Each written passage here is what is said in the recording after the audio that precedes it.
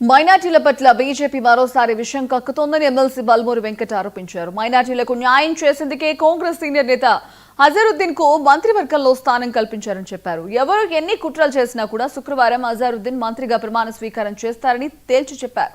BJP BRS లు ఓటమి భయంతోనే కాంగ్రెస్ అభ్యర్థి నవీన్ యాదవ్ పై లేనిపోని నిందలు వేస్తున్నారని వ్యాఖ్యానించారు.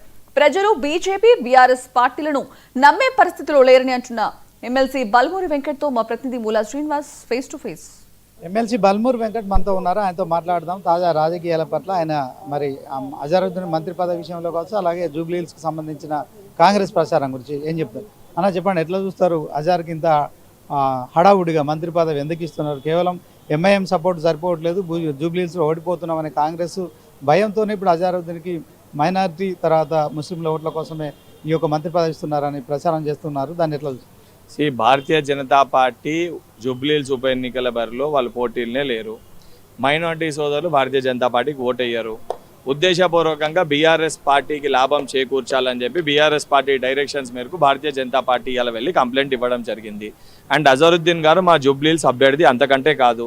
అజరుద్దీన్ గారు భారతదేశం పక్షాన ఇండియాని రిప్రజెంట్ చేసే క్రికెట్ ఆడి హైదరాబాద్కి అదేవిధంగా తెలంగాణ రాష్ట్రానికి పేరు ప్రతిష్టలు తీసుకొచ్చిన వ్యక్తి.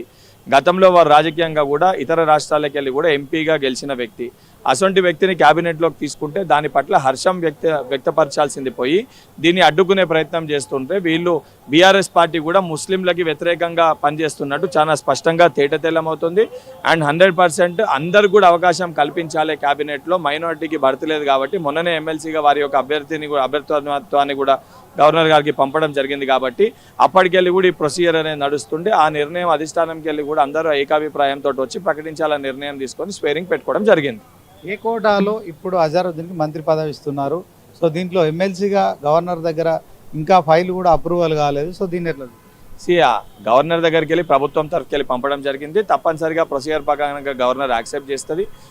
యాక్సెప్ట్ చేయక ఇంకేమైనా ఇబ్బందులు జరిగినా పార్టీల అనేక మంది మాసంటి ఎమ్మెల్సీలు ఉన్నారు. పార్టీ కోసం నిజంగా పరిస్థితి వస్తే మా పదవులు త్యాగం చేసన్నా పార్టీ కోసం నిలబడడానికి మేము సిద్ధంగా ఉన్నాం. ఒకవైపు ఎన్నికల కోడ్ ఉండడం కూడా ఇట్లా మంత్రి పదవి కేటాయించడాన్ని కూడా మరి విపక్షాలు ఆక్షేపిస్తున్నాయి కదా, దీన్ని ఎట్లా సాల్వ్ చేసుకుంటారు? గతంలో రాజస్థాన్లో ఉప ఎన్నిక అయినప్పుడు ఉప ఎన్నికల్లో పోటీ చేసే అభ్యర్థిని 30 రోజుల ముందు క్యాబినెట్లోకి తీసుకొని ఆయన అభ్యర్థిత్వాన్ని ప్రకటించడం జరిగింది. అది తప్పు. అది భారతీయ జనతా పార్టీ వివరించింది. వాళ్ళ రకంగా వివరించి ఈరోజు ప్రొసీజర్ ప్రకారంగా సిస్టమ్ ప్రకారంగా మేము పనిచేస్తే బీఆర్ఎస్ పార్టీ చెప్పిన డైరెక్షన్స్ మేరకు బీజేపీ పార్టీ రోజు బయటకు వచ్చి అజరుద్దీన్ అభ్యర్థాన్ని అడ్డుకునే ప్రయత్నం చేస్తుంది.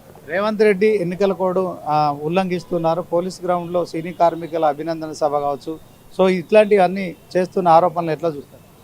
అదే చెప్తున్నా, సోయి లేకుండా, ఆలోచన లేకుండా, విజ్ఞత లేకుండా బీఆర్ఎస్ పార్టీ నాయకులు మాట్లాడుతారు. వాళ్ళ ఎన్నికల్లో మొదటికెళ్ళి కూడా ఓటమి భయం ఉంది కాబట్టి మొదటికెళ్ళి కూడా కేటీఆర్ పదే ట్యాంపరింగ్ అయింది, అదైంది, లేనిది ఉన్నట్టుగా చిత్రీకరించి కారణాలని మొదటికెళ్ళే ఎత్తుకునే ప్రయత్నం బీఆర్ఎస్ పార్టీ చేస్తుంది. ఆడబిడ్డకు రౌడీ బిడ్డకు జూబ్లీహిల్స్లో పోటీ అని బీఆర్ఎస్ చేస్తున్న ప్రచారాన్ని ఎట్లా చూస్తారు? పదే నవీన్ యాదవ్ గారి యొక్క క్యాండిడేచర్ పైన మాట్లాడుతున్న కేటీఆర్ గారు కూడా సూటిగా 2 ప్రశ్నలు ఏదలుచుకున్నా. మరి మీ చరిత్ర ఏంది? మీ తండ్రి గారి పేరు కల్వకుంట్ల చంద్రశేఖరరావు గారు అలియాస్ దుబాయ్ శేఖర్ పేరు ఎందుకు వచ్చింది? మరి వారి చరిత్ర ఏందో అవన్నిటినీ కూడా గుర్తు చేసుకొని ఇతరులపైన మాట్లాడితే బాగుంటుంది. ఉద్దేశపూర్వకంగా వ్యక్తిపరంగా మా క్యాండిడేట్ నవీన్ యాదవ్ గారు ఎడ్యుకేటెడ్, అక్కడ సోషల్ సర్వీస్ చేసి గతంలో పోటీ చేసినప్పుడు కూడా ప్రజల మద్దతుతోటి అన్ని పెద్ద సంఖ్యలో ఓట్లు కూడా లభించడం జరిగింది. ఈరోజు ఆయన క్యాండిడేచర్ బలంగా ఉంది కాబట్టి వ్యక్తిగతంగా నవీన్ యాదవ్ని డ్యామేజ్ చేసే ప్రయత్నం కేటీఆర్ చేస్తుండు. నీకు మాట్లాడే అర్హతనే లేదు. నిజంగా నువ్వు ఒకళ్ళ తండ్రి గారి గురించి మాట్లాడితే మరి మీ తండ్రి గారి పేరు దుబాయ్ శేఖర్ అని ముందు ఎందుకుంటే కూడా ప్రజలు కూడా ఆలోచించే పరిస్థితి ఏర్పడుతుంది. ఓవరాల్గా జూబ్లీహిల్స్లో 2 ఏళ్ళుగా కాంగ్రెస్ అధికారంలో ఉన్నప్పటికీ కూడా అభివృద్ధి చేయడంలో నిర్లక్ష్యం చేశారు అని చెప్పి 10 ఏళ్లలో మాత్రమే బీఆర్ఎస్ పార్టీ అధికారంలో ఉన్నప్పుడు అభివృద్ధి జరిగిందని బీఆర్ఎస్ ఆరోపిస్తుంది. దీన్ని ఎట్లా? 10 years గవర్నమెంట్ ఉంటే 10 years బీఆర్ఎస్ పార్టీ గవర్నమెంట్ ఉన్నప్పుడు జూబ్లీహిల్స్లో డెవలప్మెంట్ చేసింటే 10 ఏళ్ళు మీ ఎమ్మెల్యే ఉన్నప్పుడు మరి మొత్తం డెవలప్మెంట్ 10 ఏళ్ళలో కంప్లీట్ అయిపోవాలి కదా.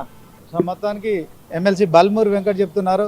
సో అజరుద్దీన్కి మంత్రి పదవి ఇచ్చిన తర్వాత బీజేపీ ఇది కుట్ర చేస్తూ కూడా ఆ మంత్రి పదవిని అడ్డుకునే కార్యక్రమం చేస్తున్నారు. ఎన్నికల కోడ్ నిబంధన నేపథ్యంలో బీజేపీ ఇలాంటి కార్యక్రమాలు చేయడం నిజంగా మైనార్టీ అందరినీ కూడా అణిచివేయడమే. సో మొత్తానికి జూబ్లీహిల్స్లో ఖచ్చితంగా బీజేపీ కావచ్చు, బీఆర్ఎస్ కూడా ఇక ఏదైతే హామీల గురించి కావచ్చు, తర్వాత అభివృద్ధి గురించి మాట్లాడే నైతిక హక్కు కూడా లేదు. సో ఖచ్చితంగా కాంగ్రెస్ అభ్యర్థి నవీన్ యాదవ్ అక్కడ గెలుస్తున్నాడు. సో కాంగ్రెస్ పార్టీ జెండా జూబ్లీహిల్స్ ఎగరబోతుందనే విశ్వాసాన్ని వ్యక్తం చేస్తున్న పరిస్థితి. కెమెరా పర్సన్ రహీంతో శ్రీనివాస్, 99 టీవీ, గాంధీ భవన్ నుంచి.